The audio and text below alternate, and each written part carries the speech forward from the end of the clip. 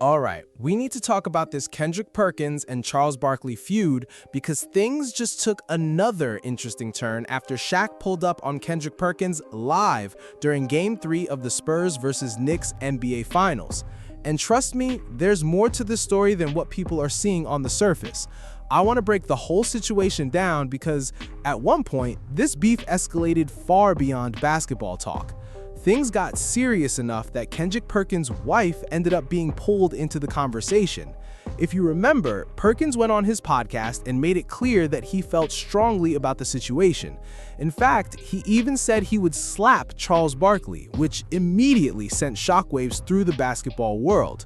Then, hold up, Stephen A. Smith found himself dragged into the drama too, making the story even bigger. For those who may have missed how all of this started, let me take you back and show some of the clips and moments I previously covered on this topic. I saw a fool idiot on TV talking about the Lakers saved the NBA. Save the NBA? Yeah. He's an idiot and a fool, but he know who he is. What's his name, Shaq? Which one you talking about? Kendrick Perkins. Oh. He said the Lakers, first of all, the Lakers have had a great 2 weeks. He said the Lakers saved the NBA season. That's because them fools on the other network, which we're going to be working for next year, that's all they talk about. Let me tell y'all something. Tell me something. And first of all, I want all the smoke. I don't whistle when I walk by the graveyard or anything like that.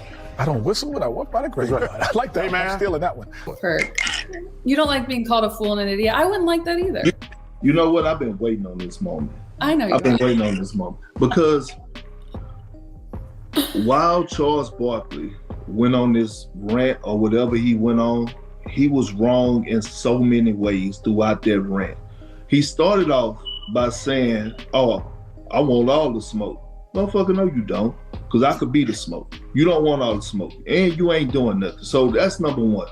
Number two, here's the problem that I have. He knows good and well that he hasn't been watching ESPN, right? He saw a clip during a segment on NBA Today with me talking about the Lakers, right? Me talking about the Lakers and how the Lakers have saved the NBA. Charles Barkley like, "Oh, the Lakers ain't saved no NBA. This idiot, this fool." I'm like, "See, you're wrong again." We had talked about the Oklahoma City Thunder and the Cleveland Cavaliers on all of those shows.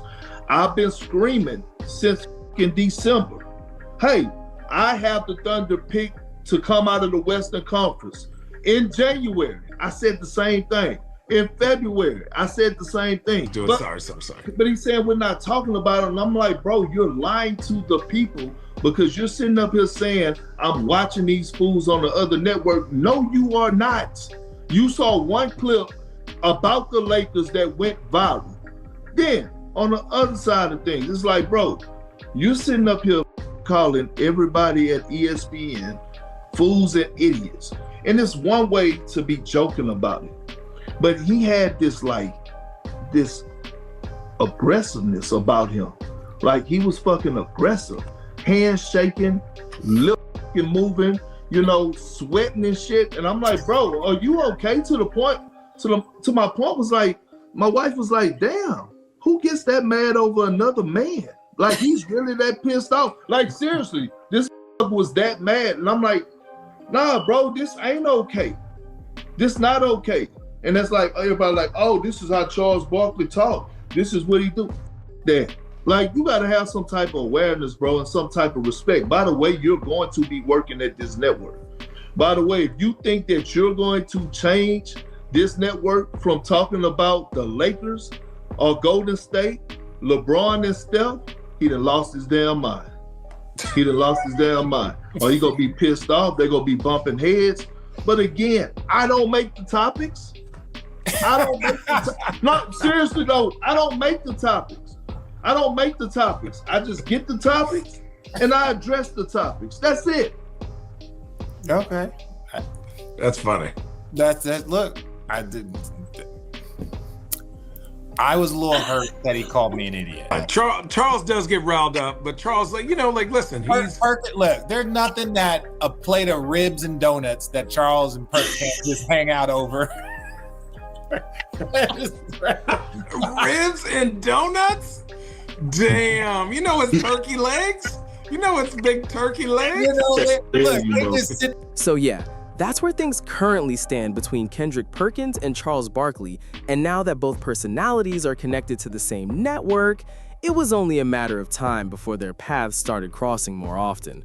Once you're working under the same umbrella, those awkward moments become almost impossible to avoid. Then, listening to this, Shaq ended up pulling up on Kendrick Perkins during the event, and the internet immediately started reacting. A lot of people in the comments were claiming that Perk looked nervous during the interaction. Now, whether that's actually true or just social media doing what social media does, that's become a major talking point.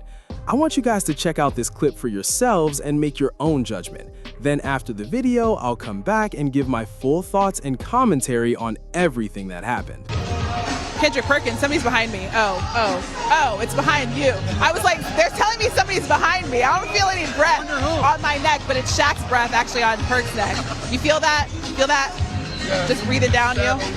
Yeah. What you say in the locker room?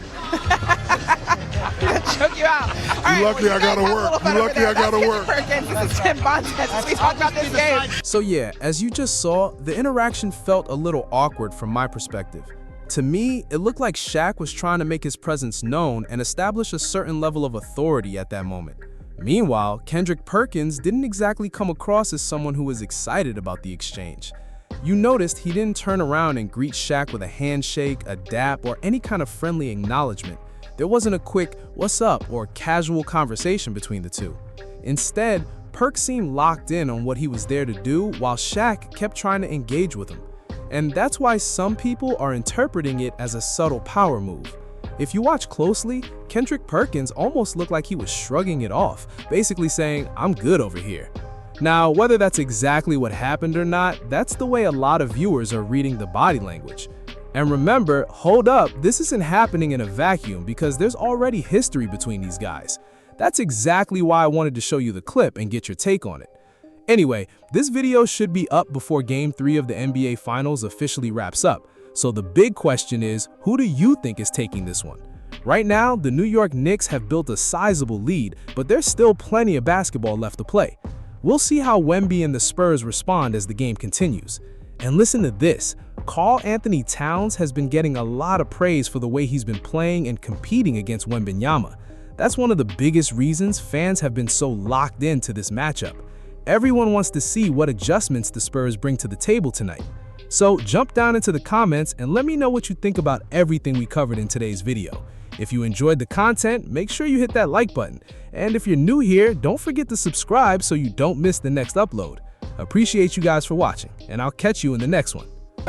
The Cleveland Cavaliers have won 12 straight games. The Oklahoma City got the MVP, and they are on fire. Y'all are talking about who's in second place. That's the reason I get pissed. Hey, the Lakers are doing great. I don't mind being wrong. The Warriors are doing great. But that's because you fools on other networks, which we're going to become fools next year. We'll be working on that network. But Oklahoma City and the Cavs been balling for 6 months. Y'all talking about teams that had two great weeks. Time out. I get what you're saying.